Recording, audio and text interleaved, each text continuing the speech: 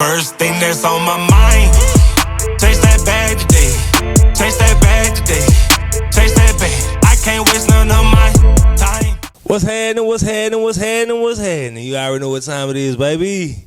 It's another episode of the Chase That Bag podcast, and I'm locked in the vault with a very, very, very special guest today.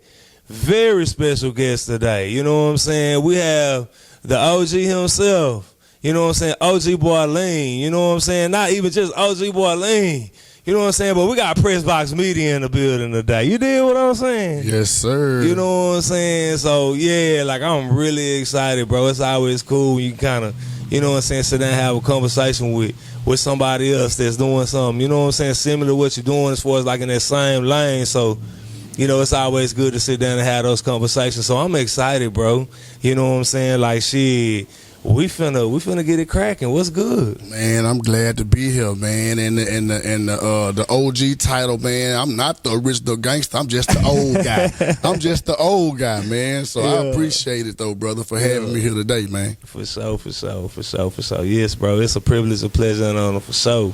So you know what I'm saying. Without further ado, we're gonna jump in because I know you got a lot you want to talk about today. You know what I'm saying? Let's get it. So yeah. So without further ado, bro. So let's talk about your background. You know what I'm saying? First and foremost, let's talk about, like, where you initially from.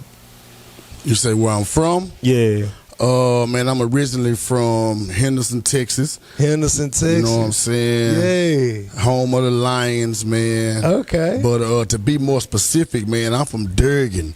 You know what I'm saying? 75691. I'm a country boy, man. You know, Durgan. Went to school in Henderson, but I grew up out there, man, where it wasn't no street light, no stores. You know what I'm saying? Nothing but cattle. Okay. You know? So, yeah. And you said Durgan? Yes, Durgan, man. It's just a little small community, man, out in the Oak Hill area. If you're familiar with Martin Lake, you know what I'm saying, down off in that area, man. You said Kilgore? Rusk County. Oh, Rusk. Yeah, Rusk County, you know, in the Martin Lake area, you know what I'm saying. People may be familiar with Martin Lake State Park or whatever. So that's my neck of the woods, and I mean woods literally. So it's one of them situations where you walking at night and you might walk into a cow or something and can't see it. Big you facts. Don't even know it because there ain't no lights out there. Big facts. My grandma, I remember my grandmama used to tell me that, like, my grandmother, she's initially from Mount Pleasant. You know what I'm saying? It's either Mount Pleasant or Pittsburgh, one of them. But she used to tell me, like, when I was growing up, she would be like, yeah, baby, it be so dark out there. You know what I'm saying? You put your hand in front of your face and you can't even see your hand. You got to run into a cow, son, walking across that path. She was telling you the truth. Man. But it was good, though. You walk outside in the front yard, take a piss, you shoot your gun. Yeah. You know, that type of country. So, yeah. That's cool. That's cool. So Henderson. And that's less than 30 minutes away from Thailand. Yeah, just about on the dot. Straight down Highway 64. It's crazy because, like, even though I've been living in Tyler, like, I've never, like, really just traveled all over. And now since, like, I drive to, like, all of these cities, you know what I'm saying, within East Texas, and I deliver at the post office. Okay. You know what I'm saying? So now it's like, okay, when I hear Henderson, it's like, okay, I'm familiar with Henderson as far as, like, I done been there, you know, so I drop out there. It's like, ain't it about, like, 30, you know what I'm saying? Like, it's not too far away, but it's real close. Okay. So that kind of reminds me of, like, what the equivalent of, like, a DeSoto would be from, like, Oak Cliff or Lancaster. It's just like that. It's just right outside. Just like that. Okay, for sure. That's what's up. Did you go to school here in Henderson? Yeah, I went to school in Henderson, high school, graduated. Yeah, graduated, man. Class of 97. 97. Like I say, it's the old guy. Yeah. Okay, 97. That's cool. Like, I'm pretty sure the culture was different than what it is now. Man, it was way different, man. Like, the biggest difference I say, man, is the advancement of technology. You know what I'm saying? We was literally outside more than, you know, the I would say the school kids today, man. Yeah. Mm-hmm. Yeah. I can see that. So back then in 97, technology wasn't that big. I think we had internet though at the time, didn't we? But we had dial-up. It was dial-up with the disc. You had to have your highest phone hooked up. Can't be on the highest phone. We had pagers. You know what I'm saying? Yeah. Had to put your little code in so folks know it was you. I'm from that era. Yeah. I'm from the voicemail area where you put your phone up to the radio and you let the radio do the sing and then yeah, this is Barrlean, you know what I'm saying? I'm not able to take your call right now. That's my era right there, man. You know what? I'm enjoying this already, bro. You know what I'm saying? Like, I was born in '87, right?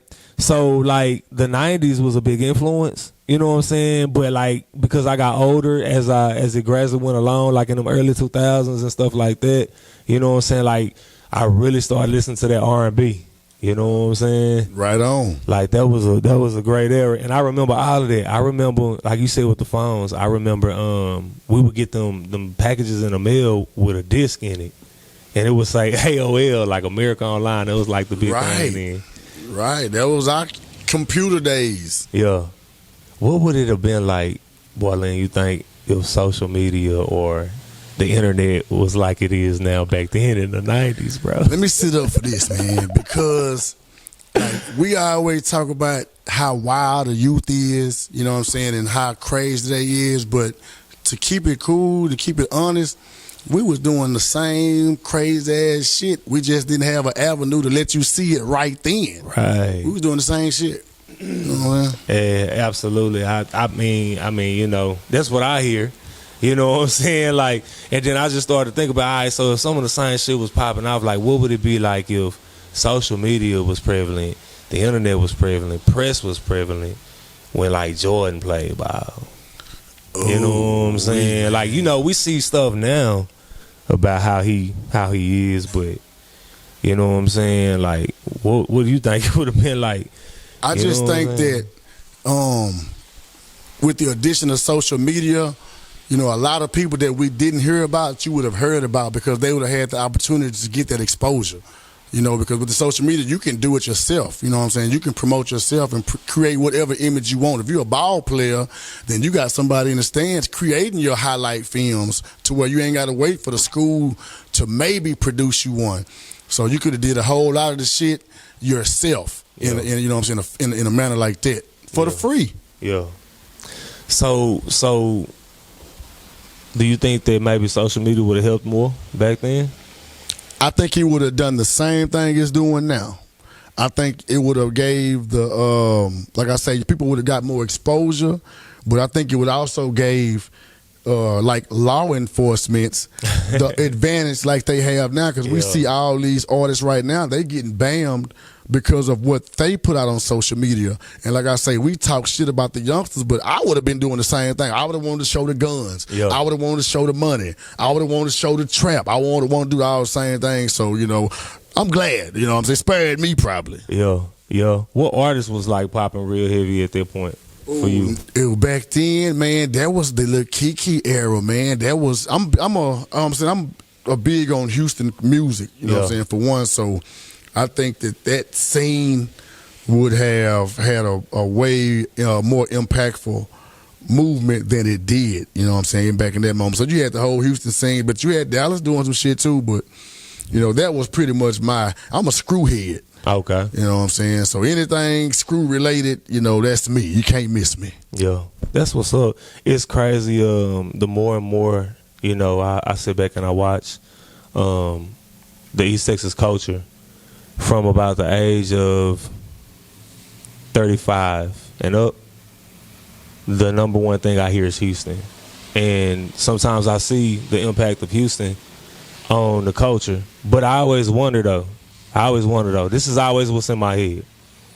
What's always in my head is when I see that is I say, okay, so Houston artists really was down here like that. We see the Houston culture with the swangers and stuff like that. I always wonder is if it was a situation where that was going on in Houston and, you know, it was exposed and then it picked up here in East Texas.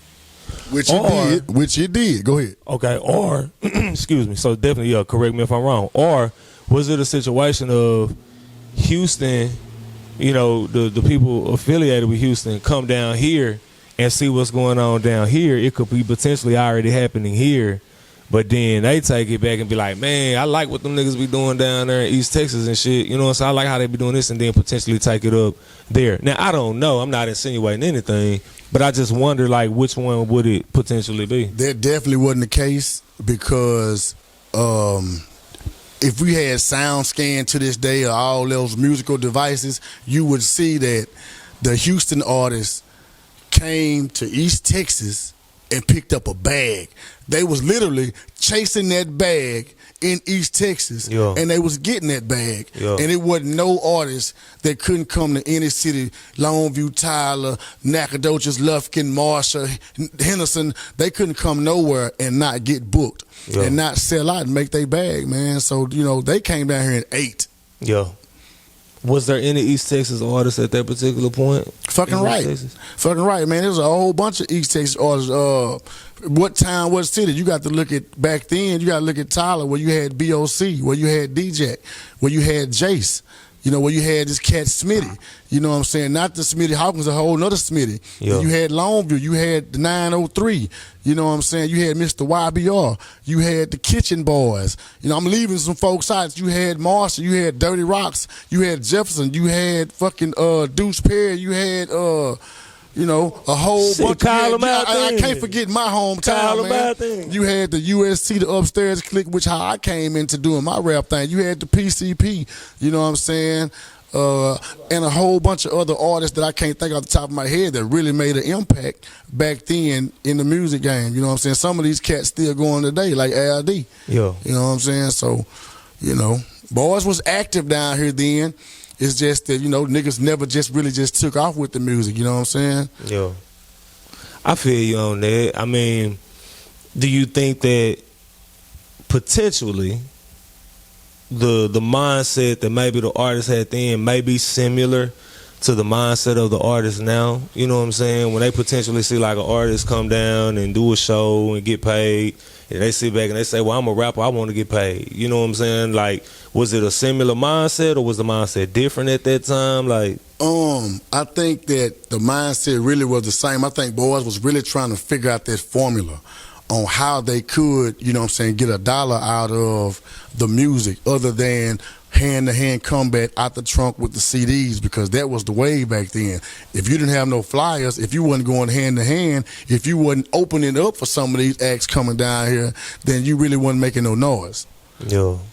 I feel you. So I'm a backtrack real quick and ask you a question, because it's something, I always feel like this kind of helps understand a person, you know what I'm saying, like, as we grow and we get older, you know what I'm saying? Like, talk to me, bro. Like, what was your childhood like growing up? My childhood was, man, I can't complain about nothing, man. I grew up, I had two older brothers that was, more than 10 years older than me from my mother that I grew up with. And so, like I say, musically, like I say, I always tell folks, I grew up off of Keith Sweat and Too Short. You know what I'm saying? So I've been, listening to music and being gravitating and learning the music and shit. But, man, like I say, I stayed in the country. You know what I'm saying? So with older brothers like that, I basically was a only child. And I had the ability to entertain myself, which is like right now, I can consider myself a loner. If you fuck with me, I love you. If you don't, I don't give a fuck. You know what I'm saying? It is what it is. It's crazy. I can relate to that. I grew up, my grandmother raised me. You know what I'm saying? Like, we literally came up below the poverty line. I'm a country boy.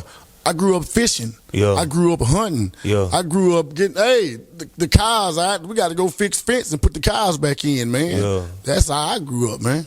Playing basketball in the yard, you know what I'm saying? We hooping, you know what I'm saying? We playing sports. I mean, all sports, you know what I'm saying? So, and I'm, you know what I'm saying, quote unquote, somewhat of a scholar. I read it, you know what I'm saying? That's what's up. I remember my grandma, we used to go fishing. Sometimes, you know what I'm saying? We go fishing. She catch fish. We stay out there all day and night. Come back by 3 o'clock in the morning. She start cleaning them. We're gonna clean some fish, and if we don't eat them that day, we're gonna eat them the next day. You know what I'm saying? Uncle and them, we go out, we go hunting. This is back in the day before we wasn't worried about the game. We jumping in the truck. You know what I'm saying? We got the shotgun, the 22. We riding down the dirt roads. We see a squirrel nest. We killing squirrels. You know what I'm saying? Going back, skinning them uncle and them. They killing deers. Boys was poaching, man. You know what I'm saying? Boys did not have hunting license. Uncle and them, man, they gonna kill the deer, and they gonna hang him up on a tree, and they gonna gut him and skin him, and later on we eating backstrap nuggets. That's the kind of country I'm talking about. Okay. That's real country. For real. Before it was cool. Yeah. Mm-hmm. You know, I often, hear, especially when I'm, was in Dallas, about just the perspective on East Texas. And it would always refer to East Texas as the country, right? I remember my grandmama say, hey, we finna go down home this weekend. That's what she called it, going down home. Mm-hmm. You know what I'm saying? And, do you ever think that sometimes, like, because you're from a big city, that maybe your perspective on a place like that, there's really the only difference is really the geographical location? You know what I'm saying? Like, do you ever feel like that there is, like, you know what I'm saying, a looking and making a perspective to where I may look at somebody from East Texas or look at East Texas a certain way because I'm not from there, or I may be in East Texas and I may look at somebody from Dallas or a big city some type of way because of the difference? Yeah, I would say, to me personally, one of the main differences that is, like in the city, you got Dallas, you got Houston, you got South Dallas, you got motherfucking North Dallas, you got Irving, you got all these other places, you got Houston, you got the North Side, you got the South Side, the East, the Southwest. So you might be able to go over to the other side of town and do some real damage to somebody, and you would never see these people again in life. So I think even with the city aspect, I would say it was a smaller moral compass than we had here in the country, because you go across town, that's such and such, ain't it? You go over there, they know them. Even if you go from Henderson to Longview, somebody cousin over there. So it was less shit that you could really get away with. Now, don't get it twisted. Boys got away with a bunch of shit. Yeah. But I just think the fact that we are more small town, everybody know everybody pretty much. So it was more of we had more mores. We had just a little bit more, I don't know, I might not do this or some nigga like, fuck it, I'm going to do it anyway. But I just think that with the city aspect, it's less, compassion, I think. You know what I mean? I think we got a little bit more compassion than the city do. Yeah, I can definitely say there's a different vibe for sure. I remember when I first came down here, it was during the Juneteenth celebration. Excuse me. And I saw a whole bunch of black folk together enjoying each other. Come on. And I'm from the city, and I had never experienced a Juneteenth celebration like that. Right? I had never even really experienced the Juneteenth celebration, period. You know what I'm saying? And two things stuck out to me when I experienced that. It was pride and unity. Mm-hmm. You know what I'm saying? And I was just like, wow, that's beautiful. Right. You know what I'm saying? Again, this is a little more slowed down pace than you have in the city. So things like that, like I said, a lot of people, like I say, my people, man, pick cotton. My people drove from East Texas to West Texas. My mama picked cotton, you know what I'm saying? Yeah. So I'm a second generation civil rights baby. My daddy was on the front line. Frank Ditto, may he rest in power. My old man, which he is Googleable. You can Google Frank Ditto, D-I-T-T-O, and kind of see, what my genetic or my DNA take back. So as it relates to Juneteenth or having black pride, this is how I was raised. I was raised to think our people first, and in ways that we could have a sense of unity, because that's the only thing that we don't have. Is that unified, hey man, let's do us first. You know what I'm saying? So those type of Juneteenth or anything where, the black people are coming together is always a plus, because it usually takes a holiday or a goddamn funeral to bring us together. Wow. Yeah, I agree. You know what I'm saying? I know that you are extremely, I guess if I could put it in like a title on it or something like that, I would say you're extremely pro-black. Man, I appreciate that, but just nigga, you hit it right on the head. Yeah. I feel like as I should be. Yeah. You know what I'm saying? Some people go so far to say you racist or you prejudiced, and I'll be like, okay, because they say racist. I am racist. I am race first. And then you say prejudice, then if you just want to do some etymology, that's prejudice. That is prejudge. So yeah, I might judge you just off the strength of what I see and what you represent to me. That don't mean I'm not gonna like you. Yeah. I'm just prejudiced to what I see. But when I find out different, I'm not anti-white folk. You know what I'm saying? That ain't what it is. I'm just pro-black, and it's a big difference. You know what I'm saying? I want to put that on record. You know what I'm saying? Because I have white people that I associate with, but I know when the time come down to it, who they gonna ride with. I know who I'm gonna ride with, and so a lot of people really don't have that type of foundation, and that's why I say I'm kind of blessed or fortunate to come from the loins I come from to really get that understanding. Let me ask you this question: do you feel that, because I noticed you said that you are a second generation civil rights baby, you know what I'm saying? Like, do you ever feel that potentially how times were then, that potentially times are different now, or do you feel that they are the same? Oh no. As far as that fight was consisted of? Absolutely not, because we look back, if we go back 40, yeah, I'm 42 again, if we go back 60 years, so we talking about what, the 60s, you know what I'm saying, the late 50s, yeah. And even beyond that, black people, we had our own shit. We had our own communities. We taught our own babies. We had our own stores. We sharecropped with each other. So it was definitely more foundational, you know what I'm saying, black thing where we had each other more. Then you got a time, when we was out there, fighting the power in the 60s, you know what I'm saying, where my pops was at, everybody was pro-black. And then they came along with, okay, let's segregate. Let's bring in the whites with the blacks. So you had people that was like, man, we got everything we need right here. Why do we want to go in and integrate with the same people that quote unquote enslaved us and put us through so much shit? But also you had people that was, like, hey, I want to go and get that white man's ice. His ice is just a little bit colder. And plus they came in and started giving us jobs. They sent the men off to war, and that left our women at home raising these babies with no father. And now, where's the money coming in for them to sustain a household? Now they got to go to work. So now you create these babies, a generation of babies raising themselves, what they call the latchkey kids. So now we got a generation where we done not only left our whole structure of independence of black community. You got the Black Wall Street, which is just one, but we had this in every state. We had this even in East Texas, man, where it was a black community that was self-sustaining. And then they came in and say, everybody got to go to work. And now we got these kids raising themselves. Now we're getting the standard public education where we totally lost track on who we were. And now everything they taught us was from slavery. So we came up in a generation in my school, we don't know shit about Egypt. We don't know shit about Kemet. We don't know shit about none of these great leaders, none of these great kings and emperors that were, really running shit even before the Europeans came in and put their foot on our neck, or before we laid down and say, we want to be with y'all. We want, like I say, y'all ice.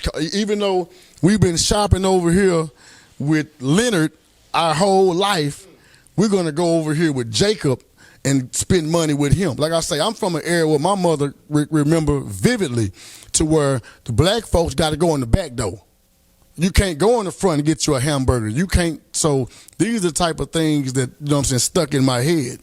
Like my grandmother, I remember her telling me she used to eat out of a goddamn trough, like a goddamn animal. That's how they fed us, So these are the type of memories I have, This is why it was stuck in my, in my genetic code, to where I can be able to say these things now with confidence because these have been passed down from mouth to ear to me. Yeah.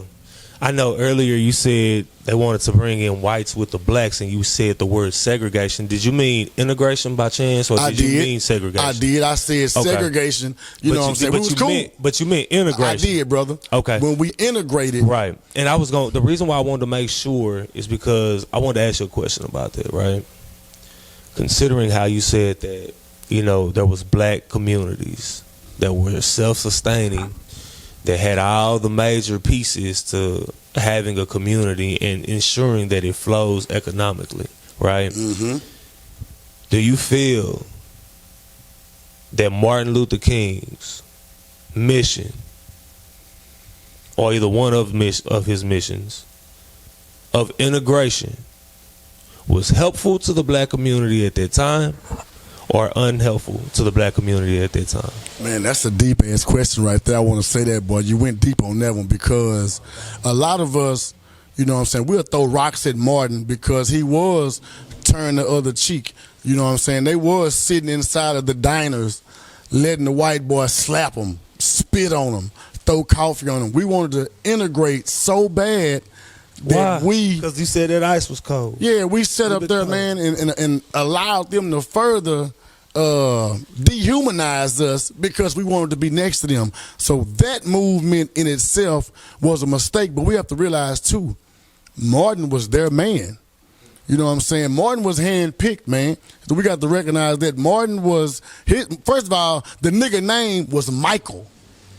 Google it. The nigga name wasn't Martin Luther King. His name was Michael Luther King. And he began to adapt these Gandhian principles, Gandhi. And Gandhi was a goddamn racist. Gandhi didn't like niggas. So now we got one of our primary leaders that was telling us to do this, and he's actually following the blueprint of somebody that didn't even like niggas. And then you come in and you say, well, damn, all these streets, every black community got a Martin Luther King Avenue or Boulevard. That was their guy. You know what I'm saying? And in the end, though, I will say Martin, you know what I'm saying, he had something that clicked in him where he said, you know what? Verbatim, I feel like I'm leading my people into a burning house. Well, you already know. Come on in. And that's exactly what he was doing. So it was that time when Martin said, man, I don't know about this shit I've been telling y'all. I may have been misleading y'all. Matter of fact, y'all need to write us a motherfucking check. What about these reparations?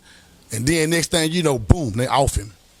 So, yeah, I think that was detrimental to his movement. I'm not taking away from nothing from the brother because he did have to stand up, you know what I'm saying, and go against the grain to even talk shit anyway back then. But he recognized that the rhetoric he was talking about was eventually going to be detrimental, as it is. So, considering that you said he was handpicked, first question, handpicked by who? And then the second question, why did they handpick him?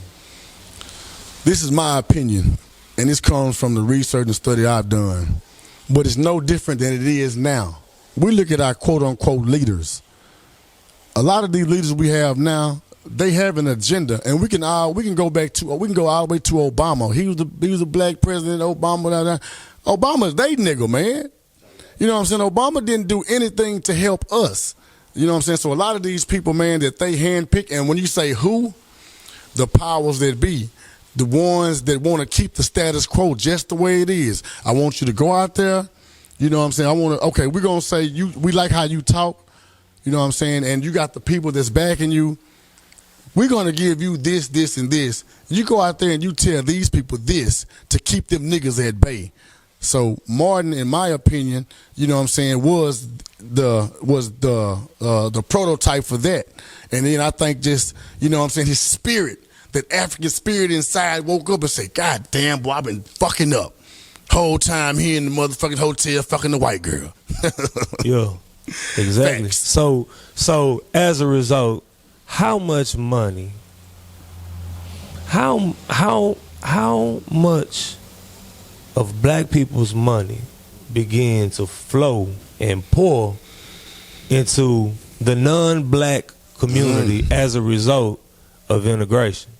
All of it. Damn near all of it, I would say. We still, like I say, everybody wasn't with integration.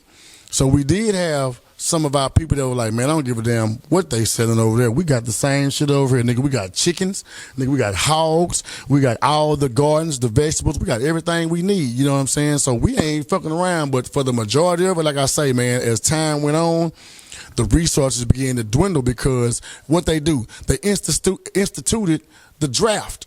So now if you're of a certain age, you got to be in this draft to go fight for this same country And then when you get back over here, you still the same people that sent you to fight finna put their foot right back in your ass.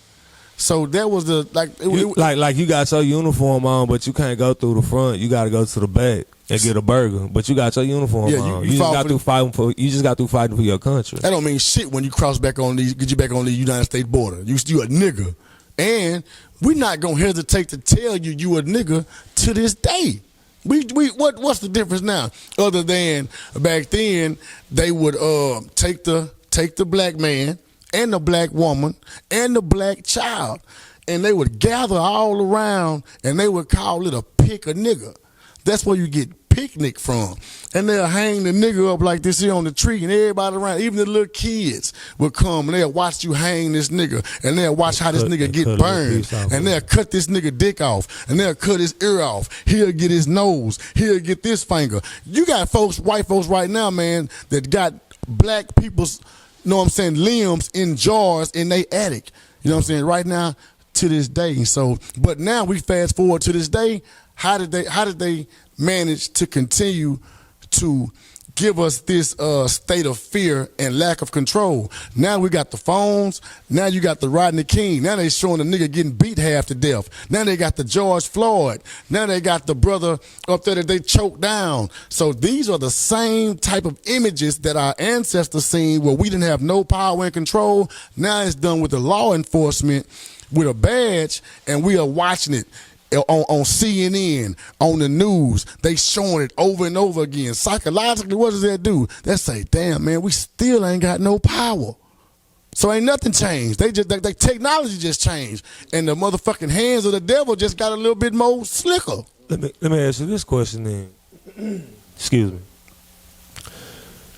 What if there was a case that those recents of today was mainly just imagery to make one feel as if that's the case, when really, like, we not quite in the same situation we used to be in decades ago. Like, we've actually progressed a lot more, you know what I'm saying? But we're constantly reminded of that. We're constantly reminded of African American black history. We're continuously reminded. But what if there was a case that maybe we're not quite in last place? Shit, I would give a lot of validity to that, and I would say so because of the amount of affluent black people that have managed to, quote unquote, pull themselves up by their bootstraps and to put themselves, their families, in better economic situations. However, why, if we are so powerful economically, because we got billionaires, millionaires, they give a nigga point million to bounce the ball, to run the ball, to do all this with the ball. But what is it inside of these contracts that we don't know about that tells them, don't you try to go back to your community and spread this wealth? I mean, and even the rappers, like, what is it that stops us from actually showing and proving what you're saying, that, man, we can't be in the same situation we was in 1966, you know? And I think it's due to the fact of if they give you the money, then they tell you how to spend your money. And so the communities can't get built, because once you start to, okay, we finna put this black community center, we finna start a black school. Goddamn, Umar been talking about starting a school for 5, 6, 7, 8, 9 years. The motherfucker ain't built yet. Why? And we got all these motherfucking millionaires. He's still taking donations, though. Gifts. Donations. Gifts. Come on, man. What? I don't, bro. That's a good question. I want the answer. Lord Jamar called him out on that. You know what I'm saying? As far as just asking the question, you know what I'm saying? And, you know, Umar, you know, answer this. Umar answer. You know what I'm saying? Right. So, pretty much, I'm the King Kong, nigga. I'm the man. You know, that type of spirit right there, you know. Yeah.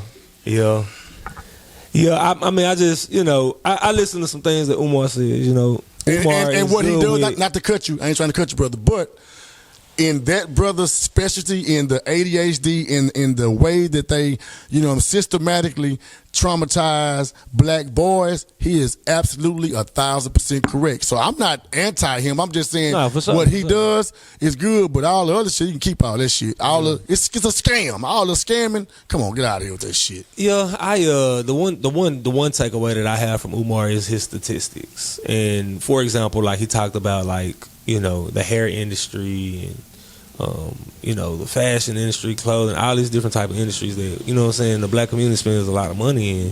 He talked about how it was $1 billion industry. And, you know, I think about things like how they implemented Section 8. You know what I'm saying? And I can't remember. I can't recall like what decade it was that they first implemented it. But I think about how it's set up.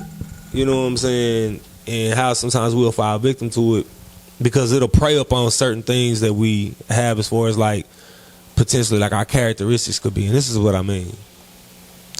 So you'll have a Section 8 situation where in order to live there, you know what I'm saying, you have to not make a certain amount of money. Okay? Also too, like if I'm not mistaken, like if you ain't married to something like the boyfriend or the baby's father, the baby's dad or something like that, they can't stay there. Bingo. You know what I'm saying? Bingo. They can't stay there. You know what I'm saying? They're giving food stamps. You know what I'm saying? They're allocated a certain amount of funding per how many children they have and whatever else the qualifications are in order, you know what I'm saying, to get food. So the two most important things. Oh, and if you get a car and you pay a car note on it, that's gonna mess with your Section 8 because they're saying, "Hey, I can afford this, so I got money that I'm not telling y'all about." All right, now the two most critical pieces to anyone's living situation is what? Food and shelter. Come on. So if I give somebody this nigga deep. I didn't know you was this deep, boy. Say, I told you it's an honor and a privilege to sit here and talk to you. If I give you a place to stay, food to eat. The hell I need this nigga for? Oh, my bad. Go ahead. My fault. You feel me? And what the hell do I need to go work for? Because I got to go to this job. I got to go to this call center and hear this nigga Joseph come up to me every day talking about I need to make sure I'm asking questions on calls. I need to make sure I'm offering on calls all the time. I really don't like dealing with these customers. These customers really be getting on my nerves. I really be needing to smoke right now. You know what I'm saying? To calm my nerves. I'm finna go home. I got to go get my kids day in, day, all these different type of things. I got to make sure I meet certain scores to make certain money because if not, I can be written up. And I really don't want to go there because I really don't like it no more. So as a result, I'm not going. So now that impacts my attendance. You know what I'm saying? Like, why would I go through all of that when they're going to give me a place to stay and food to eat? Why would I try to do any better? Man. That's more difficult to do because guess what I can do? Since my rent is free and my food is free, I'm going to sell some of my stamps.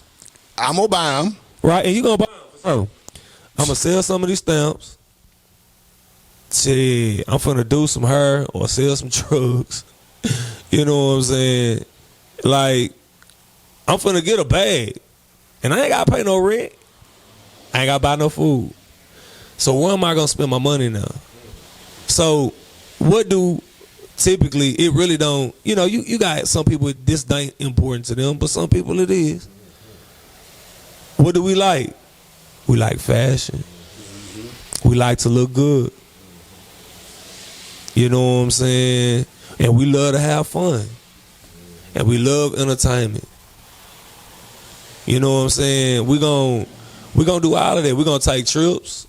We're gonna fly out. We're gonna take pictures for the gram. I'm doing all that. You know what I'm saying? We're gonna I'm guilty. You know what I'm saying? We're gonna do all that. You dig what I'm saying? Like, shit, our highlight reel gonna be a hell of a highlight. You know what I'm saying? Straight up. Like real shit. Straight up, man. It's gonna be a hell of a highlight. So why would I try to go do any damn better than this? Cause that shit gonna take too much effort. I got time for that shit. I'm just trying to make sure my kids good. I'm trying to make sure I continue to eat, have a place to stay, and do what I want to do.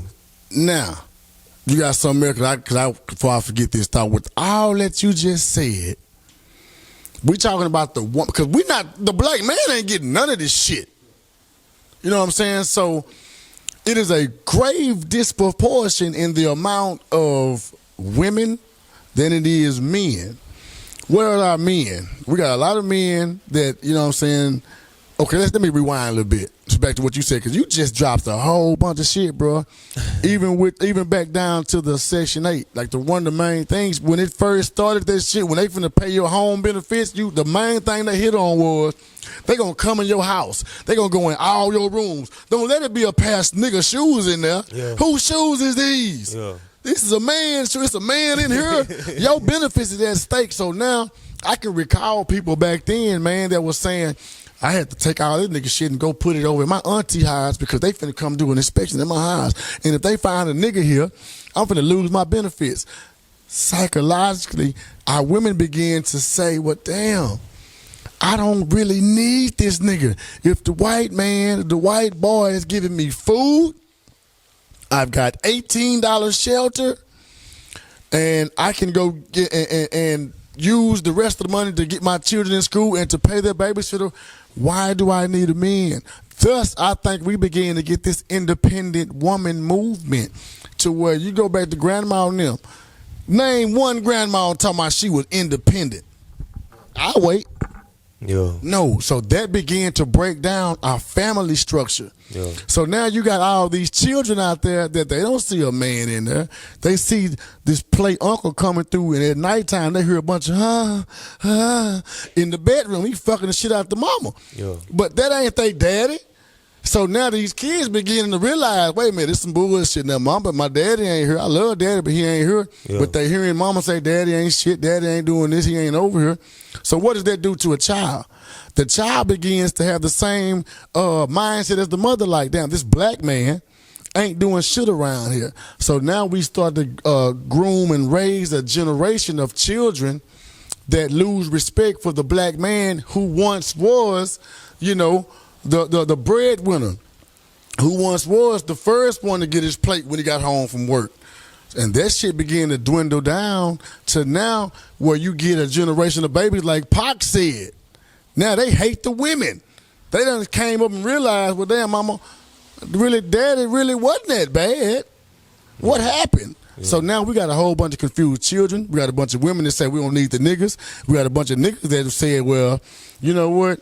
We just gonna start making babies everywhere and we ain't gonna care for none of them. And so that's where we get a whole generation of, damn, how do we get away from this unified thing we had to where it's every man for himself? But the whole time we got to realize this was not our plan. I say they knew what they was doing. They was planning a way to separate the black family because as I had to say, united we stand, divided we fall. Yeah, we falling down, so how can we reunite is the question that I would ask, you know what I'm saying, to anybody that's standing in the forefront speaking for black people. Like, what is your solution to get us back on one accord? Because that is the solution, if it ever will happen. I'm not here to say it will or it won't. I'm only here for a short time, you know what I'm saying? And the shit was like this when I got here. So how am I going to say I'm finna be the one to fix it? For one point, I thought I was, till I realized, man, I'm not finna live my life with a bunch of trying to convince a bunch of stiff neck niggas we need to come together. I'm gonna miss mine. I'm gonna miss having fun. I ain't here forever. So hey, man, it's a conundrum, as they say. Yeah, I mean, you know, just being on benefits, period. You know, I recall my grandmother, you know what I'm saying, not doing certain things and making certain moves solely because it would impact her benefits. You know what I'm saying, as a result of, you know what I'm saying, getting benefits from the government. Boy, it's cold. I'm going to tell you something, too. I just thought about this because you were saying how, well, damn, man, do you think shit has changed with us now? Yeah, bro, we have began to gain a state of independence, of self-love again, of black liberation again. And goddamn it, what they do, they come with a pandemic, sit everybody down and start giving niggas free money. Well, niggas just shit like, man, all right, man, I'm finna do. Yeah. Scam. Yeah. I'm finna PPP my way to 100 bands. So if you got away with that 100 bands, I ain't mad at you, man. Now, you know what's interesting, though, right? What's interesting, Barrlean, is that just like we suffer from these same situations, like how we talked about Section 8 and benefits and stuff like that, like, that's not oblivious to non-black people, meaning like Hispanics or white people or Chinese people or whatever, you know what I'm saying? Facts. Like, they still qualify for the same Section 8 housing. They still go, you know what I'm saying? Like, you know what I'm saying? Like, it's like, for when I see it, it's like it don't just, it's not, we're just impacted alone. It's like other people too. You know what I'm saying? It's like, but at the same time, going back, how we started talking about integration and all these things, right? Like, I try to go back further than that. You know what I'm saying? Like, you know, there is this, based on research, based on people's testimonies, there is this idea that black people here who are considered African American, which that term was coined By who? by Jesse Jackson. Come on, man. Okay, and there was a reason why. Okay, there is this idea that we did not come here on ships in the 1600s. That, especially when you think about when they talk about a ship, they mention one ship that's the only ship you ever hear What's about. that bitch called? The good ship Jesus. Okay. And there's only one ship. Now, I think about from a business perspective. You know what I'm saying? I think about it. If I was to do some business, would I go to another country to go get what I need, travel all the way back with it, to set it up and make it work? Or would I just get what I need where I'm already at? Right? I think about that because there is this idea that we did not come here on ships. Come on, that man. we were already here. Come on, man. Because you had the Boy, Asiatic. this is Chase, boy, you is my nigga, boy. You had the Asiatic black man who we would consider like these red-looking Indians, right? And then you had Native American. Let me not even say Indians. My bad. Let me just say Asiatic black men who they would consider to be these Aboriginal, who they would consider to be Native Americans or Indians. That way, I said it that way. And then you had the black man who, because of the whole separation and all that and the percentages and all that type of stuff when purchasing the different territories, right? Instead of them classifying them as Native Americans, they say you're non-native. You know what I'm saying? You put them in slavery. You take these other ones, you put them on reservations. You know what I'm saying? Like, it makes no sense to me to go across to another country and get people and come back through the Atlantic on top of that, right? We know how tumultuous the waters are. Yes. I know where you're going, bro. You know what I'm saying? Like, my great-grandmother was black and Indian, and she was charcoal black. Man, let me say this right here, man. Let me go to the library, man. It's a book called They Came Before Columbus by Ivan Van Sertima. In that book, it details how the African had been sailing all around these seven seas, man, before he even thought about the white boy. We got the Olmec statues. They're made in the image of African people. So let me say this. So you mean to tell me that the white boy put us on all these? Let me say this first. Now, do you think that they can have 300 niggas in the bottom of a goddamn boat that's traveling from Africa all the way over here, that's laying tied up, shackled down in piss, in feces, and they would survive that whole trip? Think about that. Secondly, this white boy, he don't throw away shit. So you mean to tell me it ain't not one slave ship preserved that he brought these niggas on to take his people and say, yeah, now this is the ship right here that such and such sailed, and we brought these niggas on. Now, thirdly, this right here. You said something about the Indians. Now, we know Christopher Colombo, whatever you want to call this, was a fucking criminal. Mm-hmm. So when they began to bring these people from Europe, because Europe ran out of resources. Absolutely. They started to run out of everything, so of course they're looking for a better place. Using the doctrine of discovery. And so what they do, they put the hey, but this boy Cole, my man, shout out to my man Second Son in the cut. These are the conversations we have on the regular. Yeah. Hey man, you mean to tell me this boy sailed all around here? Man, this boy didn't even know how to motherfucking sail a ship. It was the Moors. It was a Moor who sailed the ship and navigated the ship. And you say Indians. Man, the motherfucker got lost. They thought they was in India. That's why they called him Indian. And we give too much reference to this boy, man. We give way too much reference to this boy, man. Yeah, they talk about like the Mississippi River and black people that lived around at that time. You know, it's crazy because I remember reading the book How to Make a Negro Christian. Boy, that's heavy. And I got that book. That's a good book, man. As far as like the knowledge, it made me cringe when I read it though, right? And it talked about how the preacher talked about the state of the black man when they first saw him, which was they was living on the plains. This is exactly what it talked about. It said they were living on the plains. It said that they were practicing superstition. And it said also too that they were practicing adultery. Now, it's important to understand who is saying it and why they're saying it and from what perspective they're saying it from. This is coming from a white preacher. I think it was like the early 1800s, 1700s, something like that. It was coming from a white preacher who preached Christianity. Okay? So, considering he's preaching Christianity, he's going to judge this black individual based on what's the most important thing at that time, which is the Christianity. So they were living on plains, and it said practicing superstition. What would a Christian call something that would be considered superstition?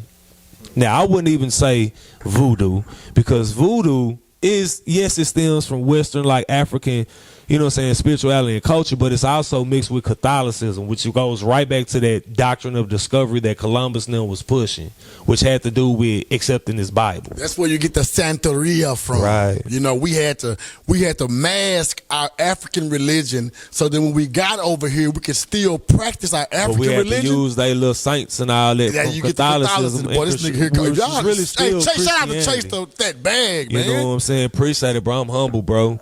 Which is really considered to be Christianity, right? So they was out there dancing and practicing and looking like how they do with voodoo. That's what they was out there doing. You know what I'm saying? They called it superstition. Watch this. And they said they was practicing adultery. Now, what is adultery considered in Christianity? When a man does what? Have more than what? Or does what? Have sex with someone other than his wife? Absolutely. They practice polygamy. That's what they were practicing. Men had multiple wives. The community, we was all, you know what I'm saying, the community was raising the kids, you know Absolutely. What I'm saying? And they had multiple wives, and not only that, but it was also how they were able to create empires and dynasties. You read in the same Bible about the kings like David and Solomon and Abraham and all these people who had more than one wife, right? They said that they were practicing adultery because it was contrary to how them being the off-breed of Europeans, and because we know that they left Britain, came over here and established. That was the whole 13 colony situation, all this. So they left from over there, how they was living, practicing Christianity, right? All these different things. They come over here. But they say we're going to kind of do it our way, though. You know what I'm saying? And then, boom, you enslave these black people. Now, this is my question. Do you feel that the two most predominant religions within the black community is Islam and Christianity? Without a shadow of a doubt. do you feel that Islam and Christianity does more to help the community, or does it do more damage to the community? Kind of like how integration was. Like, it could be seen as something good, but it could be seen as something bad. What are your thoughts on that? I think your last statement is the answer.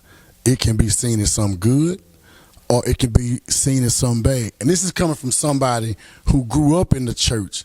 You know what I'm saying? Likewise. That I'm a former minister, none-ordained. Okay, so am I. Already. So also, I'm a Muslim. I accepted Islam. I did my Shahada. I did the Ramadans. Yeah. You dig what I'm saying? And so each one of those, speaking of those two religions, is so much wisdom inside of those religions if you have an esoteric mind. Facts. If you can read between the lines. So people understand what esoteric is. Exoteric. Okay. Is more so like metaphorical. Not literally. Exoteric is the literal. Okay.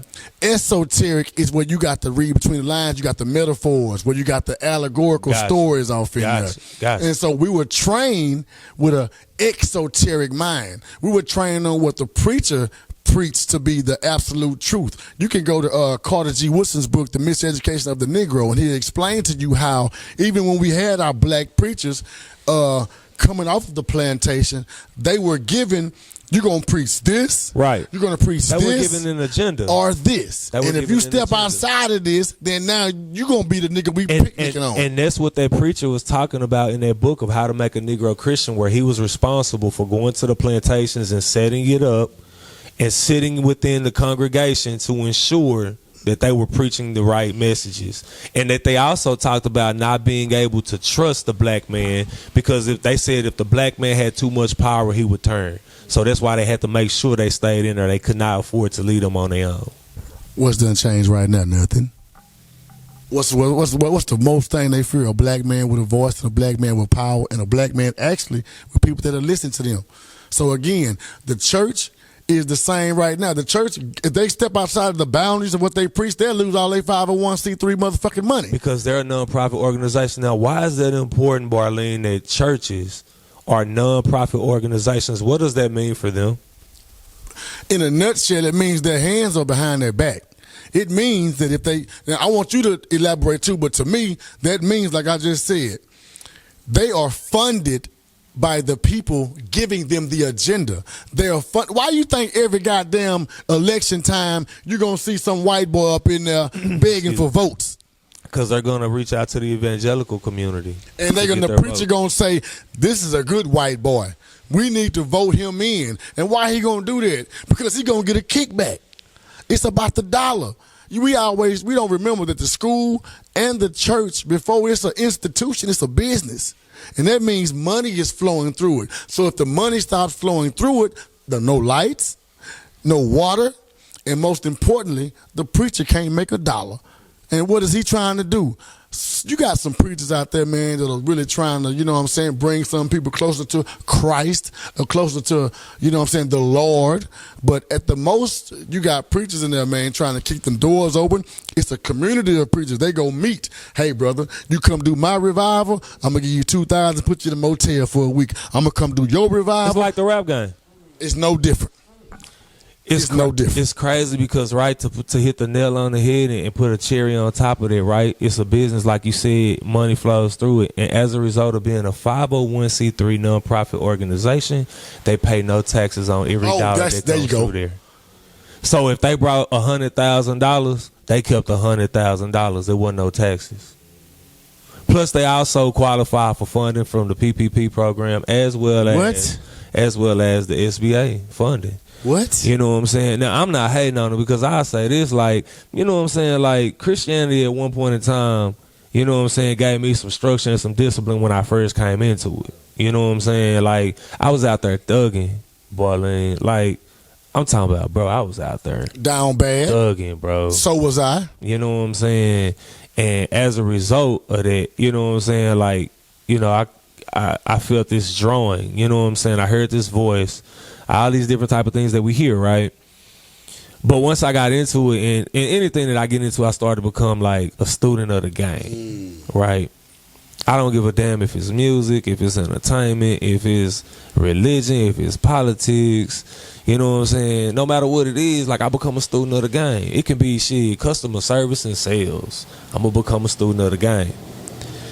And as I began to become a student of the game, I started to see that questions would arise. And not the typical questions that we would ask, but just, you know, I'm all about unity, and I'm all about, you know what I'm saying, pushing and not talking about the problem, but coming up with the solution. And what I would find is, you know, majority, because there is a minority of people out there who are truly a blessing. My former pastor at that time, Pastor Leonard Davis, was a true blessing to my life. Come on then. Right, so I give him that, his kudos and his flowers. That's right. You know what I'm saying? That was one of the minority, the slim that I knew. You know what I'm saying? The majority, like you said, they trying to keep them lights on. You know what I'm saying? They need people in there. You know what I'm saying? And outside of the preacher preaching, the next thing they finna go for is the music. You know what I'm saying? Look, we need a bad organist or pianist, and we need us a bad-ass drummer. You know what I'm saying? We need the music to be on point to get them in, because they say the music get them in. The preacher preach to them, but the Lord keep them. Right? So I started to notice that within one circle of people, which we would call Christians, was so many different sets and groups. Come on, man. You mean to tell me y'all mad at these folks because they using symbols? Y'all mad at these folks? Now let's break that down, right? Because you got certain sets, right? Like you got holiness, you got the Church of God in Christ, you got the Church of Christ, you got the Baptist, you got the Methodist, you got the Pentecostal. Now, it's important to understand what the difference is between these people, because they basically differ on certain things dealing with stuff like salvation. Very important topics within the religious community, right?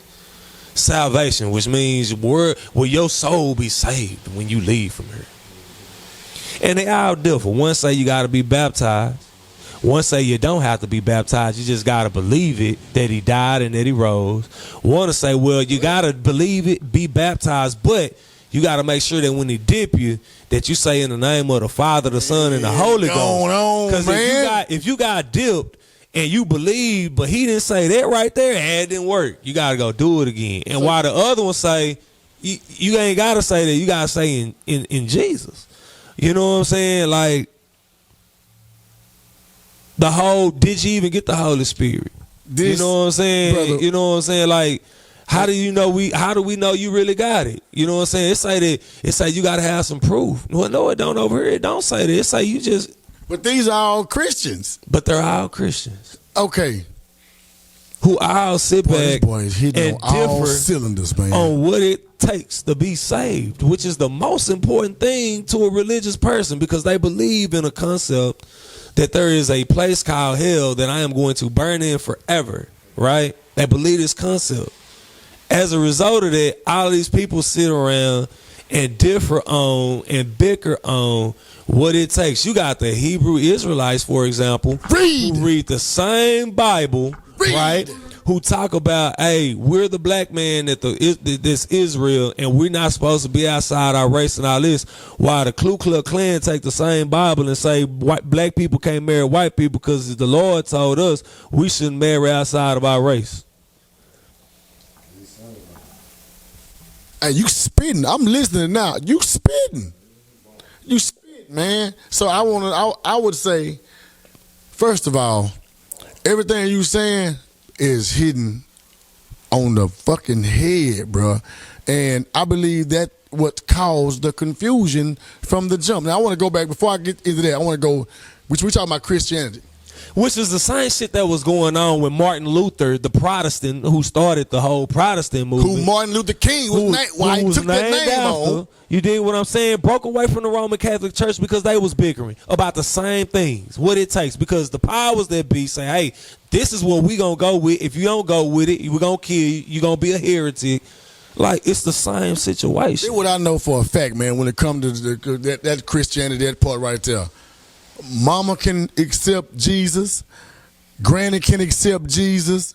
Everybody in their family, but they cannot get you or your soul, wherever it is this heaven is, you can only do that yourself. And so I done had the preacher man actually tell me, I done went to him talking about, I done had a spiritual experience, and what God showed me, and the preacher told me, well, you got to say this. You got to say these words in order to be saved. And I wanted to say, get your goddamn ass on somewhere, man. It don't even make sense, man. Yeah. And so during that time in my spiritual journey is when I began to go to Islam and read the Quran. I had a cousin that's been a Muslim for 10, 15 years prior. I ain't never thought about being no Muslim. But as I began to read this Quran, I began to say, you know what? This shit makes a little more sense to me at this time than this Bible does. So I'm going to read all this, and, I'm going to take me to Shahada. Now I'm a Muslim. Now I'm making my prayers. And the best thing that I can say that Islam did to me, it not only did it made me, because you can't eat certain shit. You got to pray 5 times a day. You got to fast. You have to sustain yourself. What I'm saying in a nutshell, it gave me an amount of discipline. Same thing how I talked about with Christianity when I came into it. And a lot of people lack discipline. Absolutely. But then I'm going to tell you what I began to learn. Like I say, I don't care if you say, you know what? This is my God. This lighter right here. If you say this lighter is your God, then I'm going to tell you amen. Because your God can't get me where I'm trying to go. Only mine can. So as it relates to Islam, you got some people that are Jesus zealots. If you're not walking, talking like Jesus, then you ain't talking about shit. So I began to, I'm 2, 3, 4, 5 years into Islam, and to where I done had a damn argument. I didn't know it at the time. I had an argument with a Christian. I'm fighting for Muhammad just like he fighting for Jesus. And I realized, you know what? I didn't do nothing but change over to a new God. Come on now. And now I began to realize, and I will say though. Nah, I already know what you about to say. Now it was I went from, I realized, well, damn, these are just 2 religions.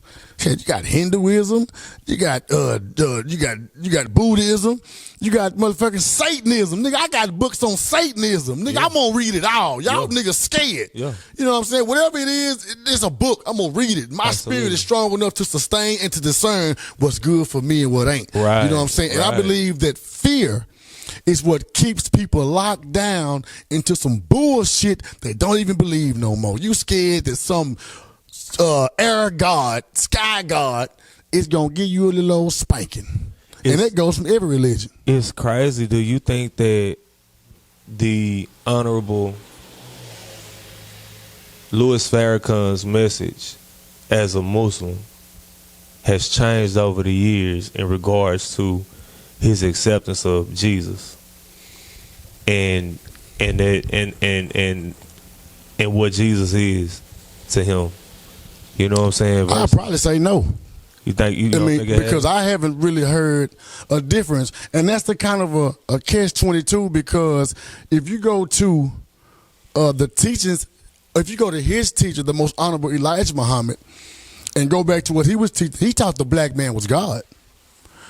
The most honorable Elijah Muhammad said he was trying to make scientists. He was trying to create more gods. He wasn't trying to make no followers.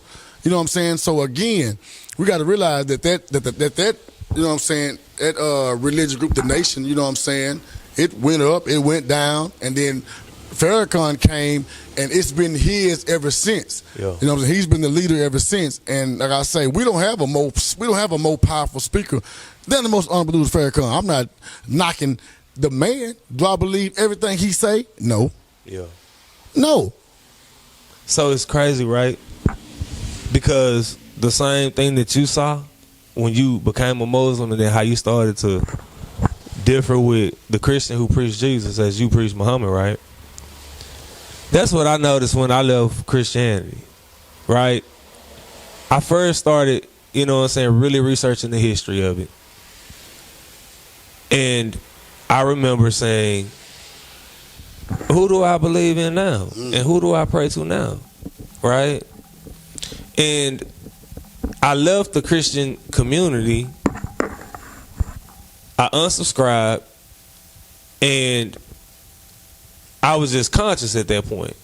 But what I noticed was within the conscious community, there was the same behaviors as it was within the Christianity, Boy, Christian community. It is, boy. Right?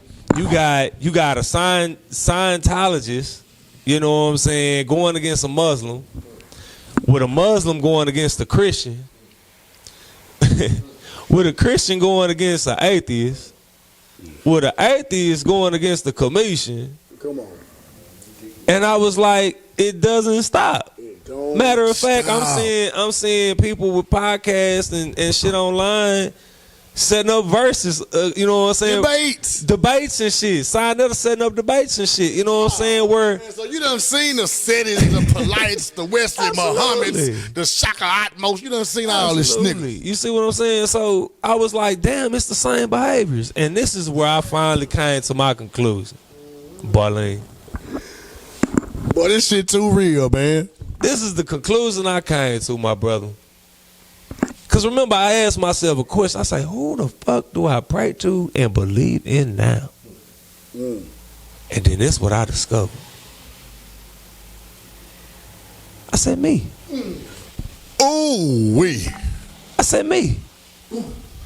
I said, me. And I had to understand that the Bible was not a Christian book. It was the Bible. Drop smite, man. You know what I'm saying?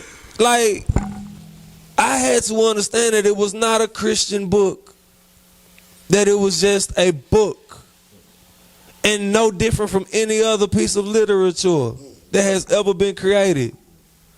That there is some good shit there and there is some bad shit. There is a hero, there is a villain. There is a yin, there is a yang. Where can I find myself in this book? You feel me? I might as well be Matter Jesus. of fact, I'm the fucking book. Right, because I'm not sacrificing myself for fuck all that. Come on. You know what I'm saying? Like, I'm literally that. I am God and the devil.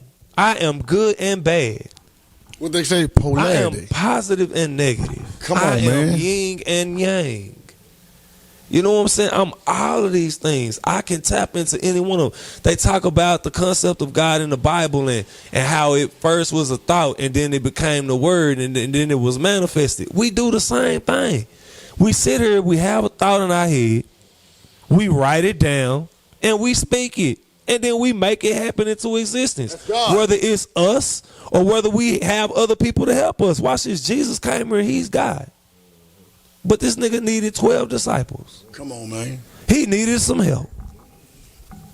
Now, with that, like you were saying earlier, now can we just for a brief second talk about Jesus and these 12 disciples, man? Can we talk about how that boy, the Son of God, is the S-U-N? Come on, these now. 12 disciples is this zodiac. Come on, now. We got to read inside of this shit. It's crazy. Man. I remember my pastor. He preached that very verse. I think it's in MLK. He said, and when the Son of Righteousness shall appear with healing in his wings, and not the S-U-N, which is what it said. He said it was the S-O-N. And I'm like, that sounds good. I sound good, but that's say S-U-N. Oh, man. You know what I'm saying? Oh, man. And if you think about what's the most critical thing to this planet, it's the sun. If you go back and you look at all these different religions and all these different ancient civilizations, their all-time most powerful deity was the sun. Ra. You know what I'm saying? It was the sun. And the moon was the wife. You know, those same traditions have still been passed down. We have Sunday. Watch this. Christians bicker with Christians because you got some Christians who will say the law was done away with. While another Christian say, no, it wasn't. You got to go to church and honor the Sabbath on Saturday. No buying nothing, no cooking nothing from Friday night to Saturday night. The other one will say, that's exactly, it's the 7-day Adventist. The other one will say, well, no, I don't. I ain't got to keep no law. The law done away with. But at the same time, that same Christian that says the law is done away with is still practicing tithing, which was also a law. Giving their 10%. Right? When it says in the New Testament, what Christians will say to you that the new is supposed to be the whole bigger picture. In the new, Paul talks about just giving out of a cheerful heart and just giving, like no real stipulations on it has to be this amount. Once again, it's those differences, right? And we're all about balance and bridging that gap. I need God and I need the devil. People say, why God just won't get rid of the devil? God damn it, shit is, he's most powerful and just get rid of him. I'm trying to tell we'd be good. you. But they say, but God needs the devil to showcase his power. Like, well, which one is it? Oh, I know what it is. I'm both. I can pick up a gun, go out here and kill somebody just because, or I can use that same gun and that same energy and that same emotion to defend myself. Come on, just like the fire. I can touch my hand on the stove and burn my hand, or I can cook a meal. That stove ain't bad. You feel me? You feel me? So at the end of the day, people say, well, how can you sit here and say that Jesus wasn't real, but turn around and say, I feel like Jesus in the garden of Gethsemane. I shed tears of blood. Judas betrayed me. Yeah, because I understand the story. I understand what was going on in that story. No differently if I read a Cat in the Hat book. Come on, man. You know what I'm saying? And that just makes me think, bro, about all these different things that divide us. Politics, it's either Republicans or Democrats. You know what I'm saying? It's either this religion or that religion. You know, it's either the AFC or the NFC. Come on, man. The Cowboys or the Eagles. They all owned by the NFL. Just pick a side. Right, pick a side, but they all owned by the same corporation. So no matter whose side you pick, you still picking one side. And that's the NFL. What they say about the game of chess? They say, well, what's the most powerful piece on the chessboard? What they gonna tell you? The queen, because she can move everywhere. Yeah. Not understanding it ain't the king, the queen. It's the hand that's moving the goddamn pieces. Right. That's the most powerful piece on the board, man. Get it. It's all about perspective, I would say. For me, bro, like that was my defining point for ultimately understanding that I was that God concept. You know what I'm saying? And you know, I don't disagree with someone who does, but I do often wonder, like, you know what I'm saying? Is it better to put all your faith and your belief in something outside of yourself, or more so, should it be in you? You know what I'm saying? And that's what it really challenged me. It really challenged me on that level to like really believe in myself more than I always did, because I would always put my energy into an external source. You know what I'm saying? And hoping that this external source, you know what I'm saying, would help me. You know what I'm saying? Only to read and find out that this external source that I'm believing in does evil and good. That's right. You know what I'm saying? And a lot of times, man, when we put our faith in external sources, people, deities, whatever, I've always seen, no matter what, I've always seen us be in a state of disappointment or being let down. You know what I'm saying? Kind of like, for example, the story of Job. I never forget, man, when I was a minister, I was talking to this young lady on the bus one time on our way to work. And she was just like so distraught with her situation. And I was trying to minister to her through the story of Job. And she was like, man, it just makes no sense to me. Like, why would you do that just to prove a point to somebody else? You know what I'm saying? And it just always kind of stuck with me. You know, and at the end of the day, you know, there is one thing for sure that I know, and it's positive and negative energy. Polarity. You know what I'm saying? Polarity is real. You feel me? And as a result, I come in contact with this type of energy all the time. So my whole purpose and understanding here is how to manipulate energy. You know what I'm saying? So as a result, I just kind of found myself transitioning. But the mistake that I made was anything that I learned, I like to share that information. And what I found myself was more so trying to force people, you know what I'm saying, to take it. The story of my awakening transition is trying to force something that I've learned on people, you know, that at this point in time, they haven't made it to that, you know what I'm saying, that spirit that hasn't led them there yet.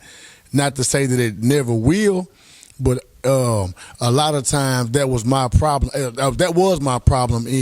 I was overzealous. Yeah, because exactly. I learned something, and I can show and prove through 6,000 years that this information I'm talking about is not mine. Right. This has been here. But people, you know what I'm saying, I believe that religion is so fear-based that, again, people believe that if they veer off from what this book said, and like you said earlier, these are books. That one Bible, those are many books of many authors, and I've had people argue me down and tell me God wrote this book. Right. What the hell is you talking about? Right. You know, and then they'll say, well, we mean it was inspired by God, but He used man to write it. So you mean to tell me the same God that wrote the 10 Commandments with His finger? Even so, you mean to tell me? Man. You mean to tell me that the same God that inspired these authors can't inspire me? Yeah. Make me understand it to where you put all your faith in a hold on, let's do this. Holy Bible. Right? Let's break that down. Holy, Helios, Bible, Biblios. Yeah. Greek. And then we go a little bit further. What does Helios mean? The sun. Yeah. What is Biblios? Papyrus. So now we're talking about the sun papers. Well, damn, who is the people of the sun?